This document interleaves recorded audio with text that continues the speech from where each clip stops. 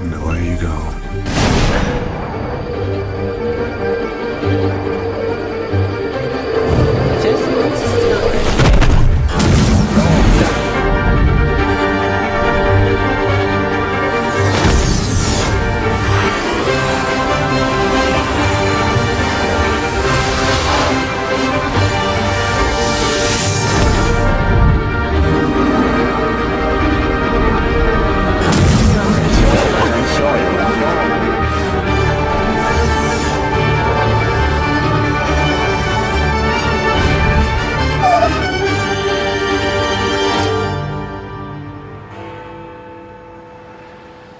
Honourable earthly members, we have all seen the terrifying message that has come to us from space.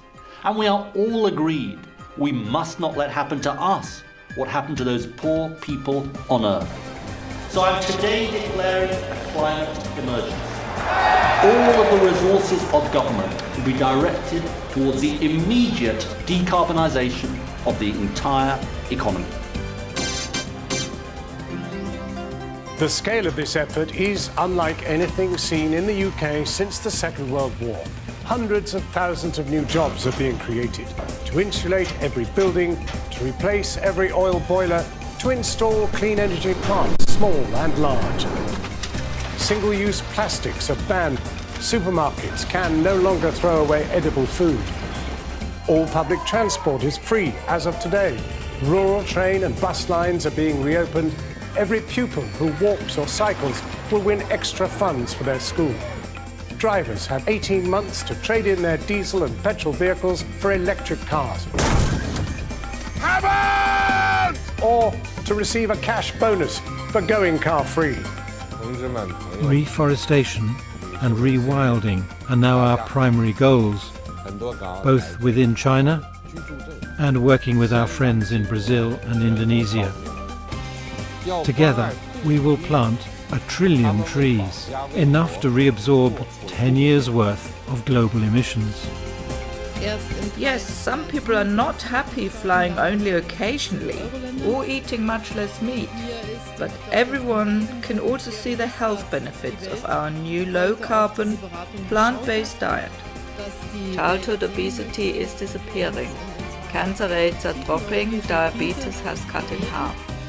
The fossil fuel era is over as the international ban on the extraction of oil, gas and coal comes into effect. BP, Chevron, Exxon and Shell have all ceased trading and have all filed for bankruptcy.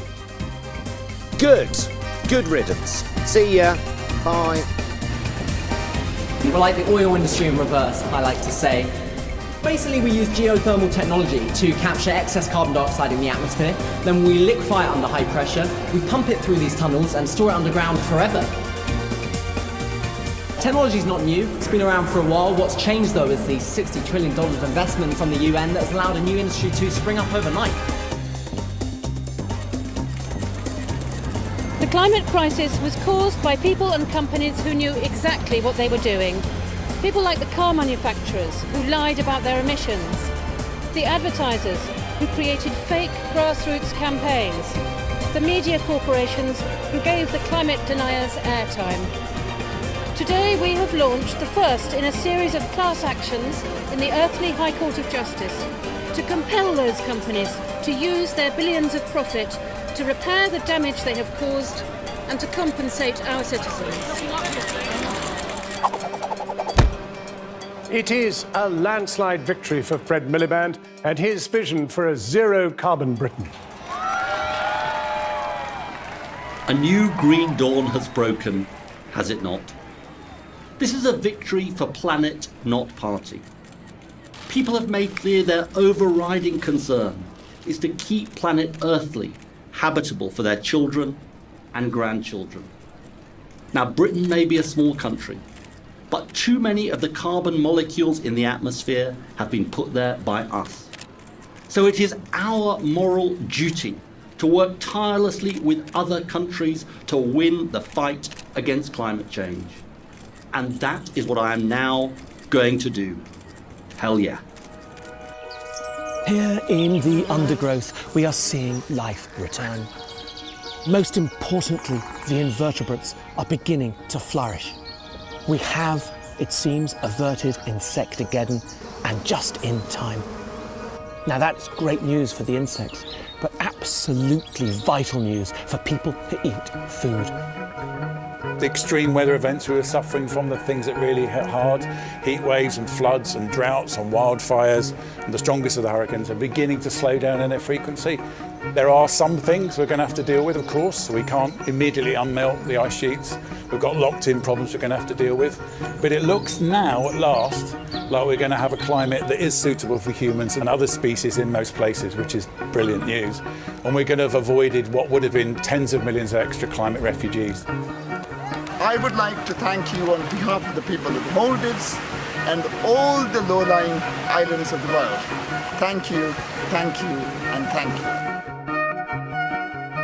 What we've collectively done is saved millions of lives, possibly billions of lives, possibly everyone's. And as an added bonus, we've created a much more equal society. Gone are the shameful days of child poverty, austerity, homeless people dying on the streets. On Twitter this morning, President Ocasio-Cortez invited her followers to suggest names for the new geological era we're entering as the age of stupid is drawing to a close. Meanwhile, in Sweden, Greta Thunberg has called off the school strike.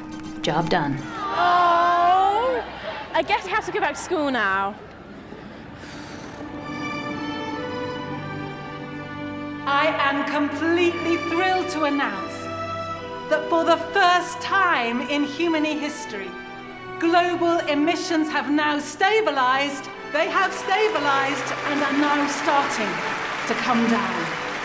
We are collectively headed to a 50% cut by 2030 and to net zero by 2050. We are on target to not exceed 1.5 degrees. Commentators are calling this moment the EU's finest hour. But I would like to go one further than that. Forget penicillin. Forget landing on the moon. This is the single greatest achievement in the history of womankind.